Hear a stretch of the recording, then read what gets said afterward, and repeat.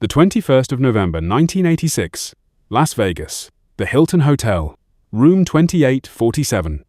In less than 24 hours, Mike Tyson will become the youngest heavyweight champion in boxing history.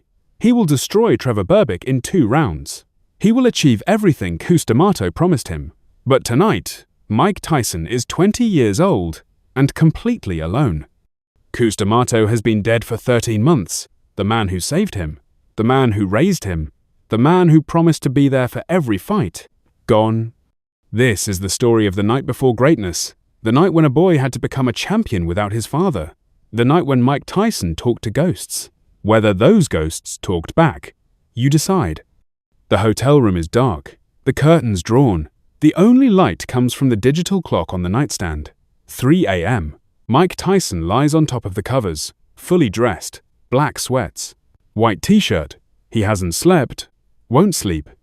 He stares at the ceiling, counting the textured bumps in the plaster, anything to quiet his mind. Mike, internal monologue. 24 hours, that's all that's left. 24 hours until I fight for the heavyweight championship of the world. I'm 20 years old. 20, the youngest ever. That's what they keep saying. The youngest ever. But Cus isn't here to see it. Narrator. He sits up, swings his legs off the bed. His feet touch the cold carpet. He walks to the window, pulls back the curtain slightly. Las Vegas glows below. The Strip.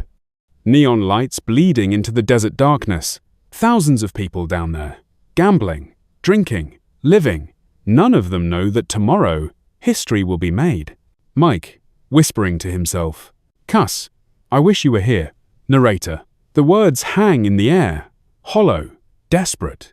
He closes the curtain, turns back to the dark room, and that's when he hears it. Cus's voice. Distant, echo-like. I am here. Narrator. Mike freezes. His heart stops.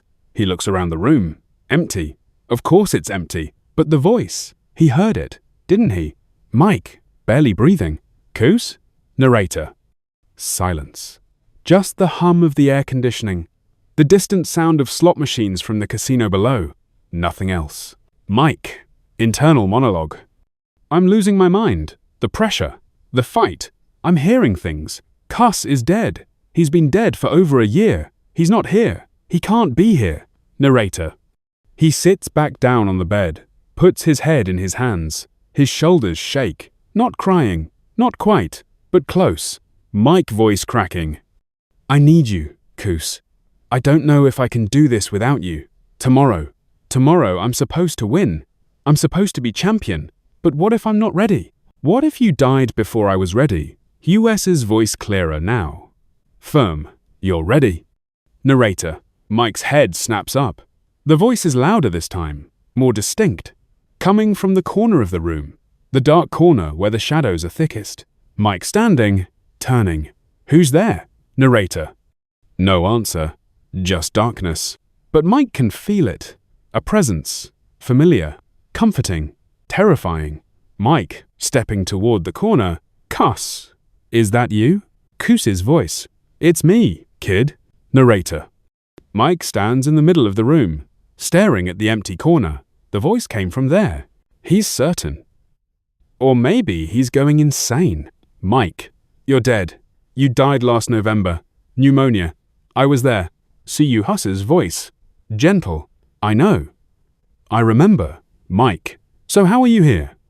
Cus's voice. Does it matter? Narrator. Mike considers this. Real or hallucination? Does it change what he needs? He moves to the chair. Sits. Faces the corner. Mike. I'm scared. Cus's voice. I know. Mike. Not of Berbick. I'll destroy Berbick. I'm scared of being champion without you. You were supposed to be there. In my corner. You promised you'd be there for my first title fight. Cus's voice. I broke that promise. I'm sorry. Mike voice breaking. You left me, just like everyone else. My father left. My mother, she's gone. And you left too. Cus's voice firm, loving. I didn't leave you, Mike. I died. There's a difference. I fought to stay as long as I could, to see you become what I knew you'd become. But the body fails. The will doesn't matter. Narrator. Silence. Mike wipes his eyes. Not crying.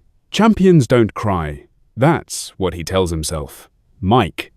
I don't know who I am without you. You made me. The peekaboo style, the discipline, the belief, all of it was you. Without you, I'm just some kid from Brownsville who got lucky. Cus's voice. Sharp, angry. Don't you dare say that. Narrator. Mike flinches. Even as a ghost, real or imagined, Cus doesn't tolerate self-pity.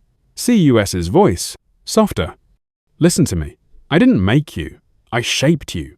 There's a difference. The greatness was already there. The speed, the power, the instinct. I just gave you the tools to channel it. But the fighter? That was always you. Mike, I don't feel like a fighter tonight. I feel like a scared kid. Cus's voice. Good. Fear is honest. Champions aren't fearless, Mike. They're just better at using fear. Tomorrow, when you walk to that ring, you'll feel the fear. Let it sharpen you. Let it make you focused. Don't run from it. Use it. Narrator. Mike nods. Even though there's no one there to see it. He nods. Mike, will you be there? Tomorrow, in the corner. Even if I can't see you? Cus's voice. I'll always be there. Every fight, every round, you carry me with you. In the way you slip a punch, in the way you counter, in every lesson I ever taught you. I'm not in your corner, Mike. I'm in you. Narrator. Mike stands, walks to the bathroom, turns on the light. The harsh fluorescent brightness stings his eyes. He looks at himself in the mirror. 20 years old. Baby face. Hard eyes. Mike. To his reflection, I'm going to be heavyweight champion tomorrow. Narrator. He says it like he's trying to convince himself. Like if he says it enough times, it'll feel real. Behind him, in the mirror, he sees movement, a shadow. He spins around. The bathroom is empty, but when he looks back at the mirror, Cus is standing behind him. Not real? Can't be real? But there he is, reflected, solid, smiling that half smile he always had when Mike did something right. Mike whispered, Cus, Cus, in the mirror. You remember the first day we met? Narrator. Mike nods. How could he forget? 13 years old, juvenile detention, Bobby Stewart bringing him to Catskill. This old white man with thick glasses looking at him like he was made of gold. See you, in the mirror. You were a mess. Angry, broken, didn't trust anyone. But I saw it, that fire, that hunger. And I told you something. Do you remember what I said? Mike, reciting from memory. You're going to be heavyweight champion of the world. See you, in the mirror. And what did you say? Mike, almost smiling. I said you were crazy. See you, in the mirror. And I said, Mike and Cus, together. Maybe, but I'm right. Narrator. They both smile. For a moment, it's like the old days. The gym in Catskill. The early morning training sessions. The late night talks about boxing history. The father and son that never called themselves that but were. See you, in the mirror. You remember the drill? The one you hated? Mike, slipping on the bag, side to side. 1,000 times. My neck would be sore for days. See you, in the mirror. And why did we do it? Mike, because Berbick throws wide hooks. And if I slip them? See you, in the mirror. You counter with the uppercut. Just like we practiced. Just like you've done 10,000 times. Tomorrow won't be different, Mike. Tomorrow is just another day of doing what you already know how to do. Mike, but it's for the championship. See you, in the mirror.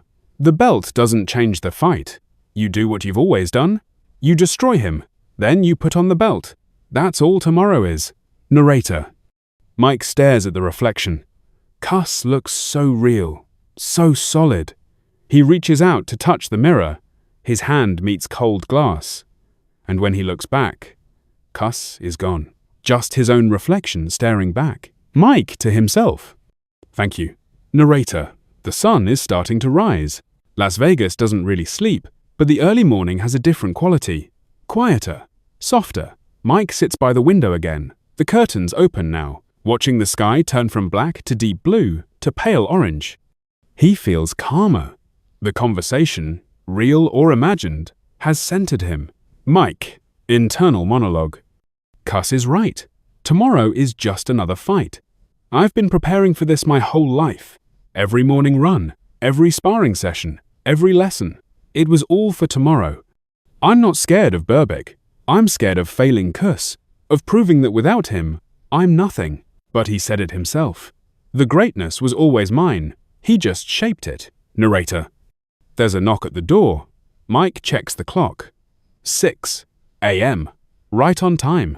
His trainer, Kevin Rooney, coming for the morning meeting. Mike opens the door. Kevin looks concerned. Kevin Rooney. You get any sleep? Mike. No, but I'm good. Rooney. You look, I don't know, different, calm. Mike. I talked to Cus. Narrator. Rooney's expression shifts. Worried. Like Mike might be cracking under pressure. Rooney. Mike. Cus. Is. Mike. I know he's dead, Kevin. I'm not crazy. But I talked to him. Or to the part of him that lives in here. Narrator. Mike taps his temple. Then his chest. Mike. And in here. He reminded me who I am. What I'm supposed to do tomorrow. Rooney. Carefully. And what's that? Mike. Smiling. Confident. Destroy Trevor Berbick. Become heavyweight champion of the world. Just like Cus said I would. Rooney relieved, grinning. Damn right. You ready for breakfast? Mike. Yeah. Let me get my shoes. Narrator. As Kevin waits in the hallway, Mike turns back to the room one last time. The corner where Cus's voice came from. The mirror where he saw him. Empty now. Silent. But not really. Because Mike can feel it. The presence. Not gone. Never gone. Just quiet. Waiting. Mike whispered. See you in the ring, Cus. See you, Ces's voice.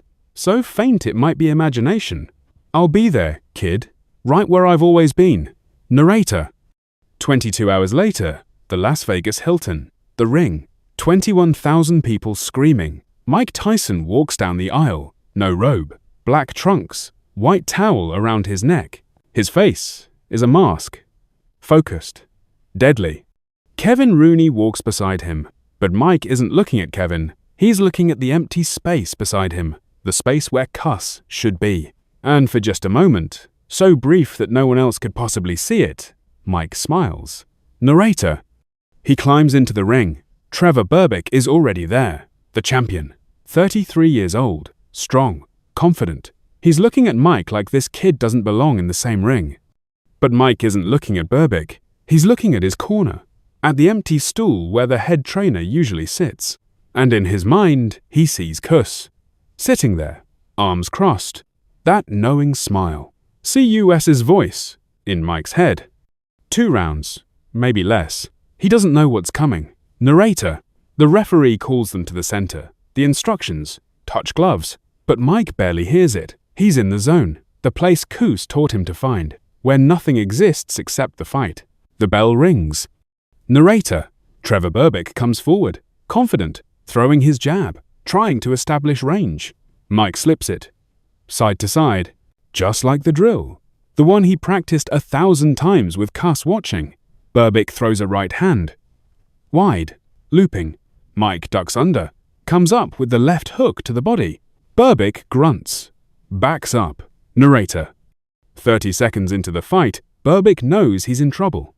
This kid is faster than anything he's ever seen. The punches come from angles that shouldn't exist. 1 minute in, Mike lands a right uppercut. Berbick's legs wobble. Narrator. In his corner, Kevin Rooney is screaming instructions, but Mike doesn't hear him. He hears Cus's voice, in Mike's head. Body, then head. Break him down. Make him quit. Narrator.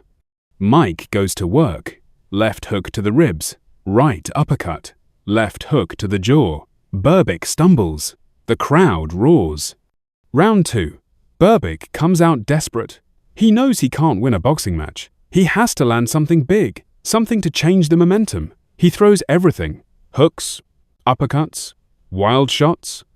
Mike makes him miss. Every punch, slipping, bobbing, weaving. And then, the moment. Berbick throws a right hand. Mike slips left. Comes back with a left hook. It lands clean on Berbick's jaw. The champion falls. Gets up. Falls again. Gets up. Falls a 3rd time. The referee waves it off.